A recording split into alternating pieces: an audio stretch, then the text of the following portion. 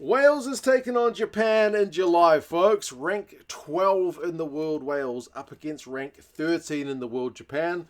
On paper, this looks like it could be a pretty interesting series. Both sides are in something of a rebuild. Obviously, since Gats left, you got Matt Sherratt in charge, at least in the interim, to see what he can do. They still haven't permanently appointed a new coach just yet. And Eddie Jones is in something of a rebuild of the Japanese squad, which has kind of shown the door to the majority of the guys who went to the last couple of World Cups. So yeah, both sides in a bit of transition, and both sides in an interesting position in the world rankings, because the way they're going to seed them for the World Cup pool spots is based on their world rankings. Teams 1 through 6 will be the top seeds. So it's the likes of Scotland and England and whatnot are battling it out for that vital 6th spot to be a top seed. Then it's 7 through 12. So the fact that the Welsh, there's a car backing down my driveway, the fact that the Welsh are in 12th right now is a better spot to be in than 13th. Because if you're 13th, you are another seed below. You could end up facing much tougher teams as the 13th seed rather than the 12th one. You guys just keep backing up. Take your time. But yeah, the squad has a few new faces in it and a few veterans, which kind of bump up the average caps and average age. There's certainly a few faces missing, but not too many off with the Lions, with just Jack Morgan and Thomas Williams away with them. But certainly I feel like it's an important one for Wales probably to get a couple of wins, but it's certainly not going to be easy. Dewi Lake is going to captain the side as hooker. He's got Belcher and Elliot D alongside him there. So you got to feel like Elliot D and Liam Belcher will be playing the bench role. Congrats to Belcher, who's going to be getting his first cap if he gets a game. But Dewi Lake being captain will likely take an hour or so of the minutes per game. There's 2 uncapped props in Garen Phillips and Chris Coleman. And neither of those guys are the biggest guys. You feel like Wales could certainly use a couple of big old props to come through the ranks and help bolster that scrum. And then Kieran Asarati, Archie Griffin, Gareth Thomas and Nicky Smith are the other props alongside them. So, I mean, Smith and Thomas have got heaps of caps between them, but otherwise it does look a fair bit lighter caps-wise. Lock and depth is looking a bit lighter with Rowlands and Baird being arrested and Duff Jenkins being injured, but Ben Carter is back into the team after missing out on the Six Nations. He's kind of one of the most capped guys in that position with 12, alongside Teddy Williams, Freddie Thomas, and I guess potentially James Ratty if they play him in the second row as well. Team Plumtree's there, gives away a few too many penalties, but he is still in the squad. Tommy Reffel, he's a hell of a replacement to have for Lions-bound Jack Morgan. He is a tackling machine in his own right, but the majority of the caps come from Faletau and Wainwright. Wainwright's got 57, Faletau's got 108.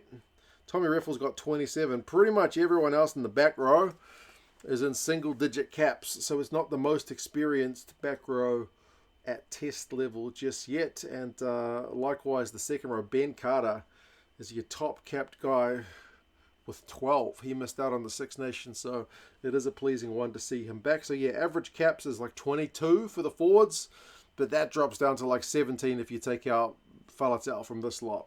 It is an interesting one to see Faletau tour. You thought maybe they would have opted for younger for the tour to Japan, but as I said, there are genuinely big ramifications on the line, world rankings wise, which will lead on to the next World Cup seedings. For the backs, Ruben Morgan-Williams getting a crack as the kind of uncapped halfback in the mix is a pleasing one to see. It's good to see the Ospreys guy there, and Dan Edwards is there, so they may rekindle the kind of Ospreys connection at 9-10.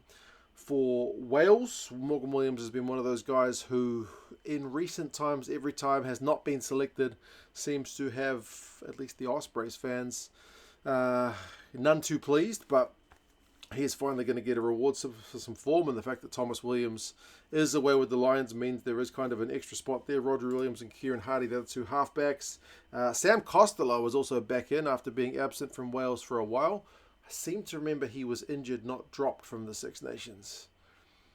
But I felt like it was good timing because he's one guy who always gets put under the microscope. But in my heart of hearts, I kind of hope Dan Edwards gets the start in these 2 games. Nothing against Sam Costello, but I hope Dan Edwards gets a start. Midfielders and outside backs. I mean, Max Page is another one of the uncapped guys, the young 20-year-old.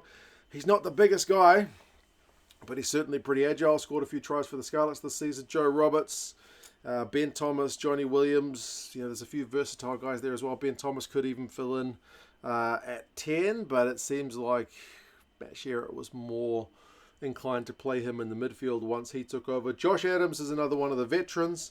He must have close to more caps than everyone else put together. Not quite that bad, but he's got 61. The next best is Kieran Hardy in the back line with 23. So he's another one of your kind of veterans. Keelan Giles is another veteran, but his first cap, if he can get a run. I mean, he's been in the URC, cracking through the run meters and beating defenders and whatnot, so that's what you want to see out on the wing. He'll do that if he gets a chance. Blair Murray's been a proper live wire all season. Tom Rogers, Cam Winnett is also back in. No Anscombe, no Tompkins for this one, so it does certainly seem like a bit of a less experienced squad in some of the positions. The average caps for the backs is like 12. So also relatively experienced. This is what I mean by Wales still very much in kind of a bit of a rebuild mode. A permanent coach would certainly be a nice addition to make, but we'll see how Matt Sherratt goes with this lot. Jared Evans, I believe, is injured for this one, so one of the guys who was kind of recalled when Sherratt took over in place of Gats. Just the two tests, July 5th and July 12th. But world rankings wise, if they lose, they go behind Japan, do Wales. So that getting into third seed for the World Cup draw territory. Whereas if they had a big win, I think they could go back and leapfrog Georgia. So that'd be a nice one for Wales in terms of their world rankings to get up the ranks, because it's been a bit of a plummet in recent times. I think the last game was 2016 between the sides, a pretty close one, a 3-pointer, 33-30. But yeah, 2013, Wales did drop a game to Japan, albeit in a Lions tour year as well, where Wales' squad was somewhat depleted, so it's less depleted this time. They have a pretty positive record over the Japanese. I think it's 9-1 overall. But yeah, very, very big one for the world rankings. You guys let us know your thoughts on how you reckon the Welsh are going to go over in Japan. Sometimes the conditions can be pretty tricky, especially because summer in Japan tends to get pretty hot and uncomfortable. When they had a Japanese team over here in Super Rugby for a few years, the Sunwolves, many a team went to Japan in hot conditions and struggled, so we will see how well they adapt. You guys let us know your thoughts on the tour for the Welsh. Will they get a win? Subscribe to the channel if you haven't done so already, folks. Take care, and I'll talk to you guys again soon. See you later.